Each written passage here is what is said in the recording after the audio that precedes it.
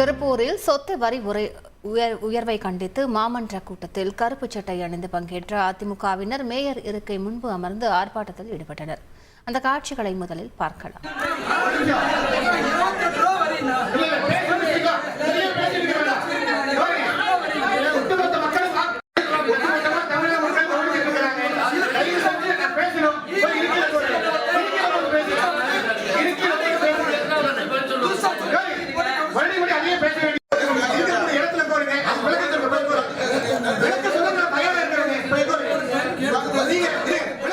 கூடுதல் விவரங்களை செய்தியாளர் அருண்குமாரிடம் கேட்கலாம். அருண்குமார், வணக்கம். இது தொடர்பாக அதிமுகவினர் என்னென்ன குற்றச்சாட்டுகளை முன்வைத்திருக்கின்றனர்? விவரங்கள். வணக்கம். திருப்பூர் மாநகராட்சி அலுவலகத்தில் சாதாரண மன்ற கூட்டம் இன்று மாநகராட்சி மேயர் தினேஷ்குமார் தலைமையிலும் ஆணையாளர் ராமமூர்த்தி முன்னிலையிலும் நடைபெற்றது.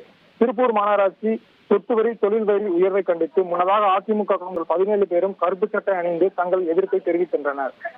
மாநகராட்சி மேயர் தினேஷ்குமார் தீர்மானங்களை வாசிக்கும் பொழுது அதிமுக கவுன்சிலர்கள் சொத்து வரி தொழில் வரி உயர்வை கண்டித்து திடீரென மாநகராட்சி மேயர் இருக்கை முன்பு கோஷங்கள் எழுப்பி தர்ணா போராட்டத்தில் ஈடுபட்டனர். அதிமுக கவுன்சிலர் போராட்டத்திற்கு மன்ற கூட்டம் ஒத்திவைக்கப்படாது என கூறி மன்ற தீர்மான எண்கள் மட்டுமே வாசிக்கப்பட்டு அனைத்து தீர்மானங்களும் அவசரமாக நிறைவேற்றப்பட்டது.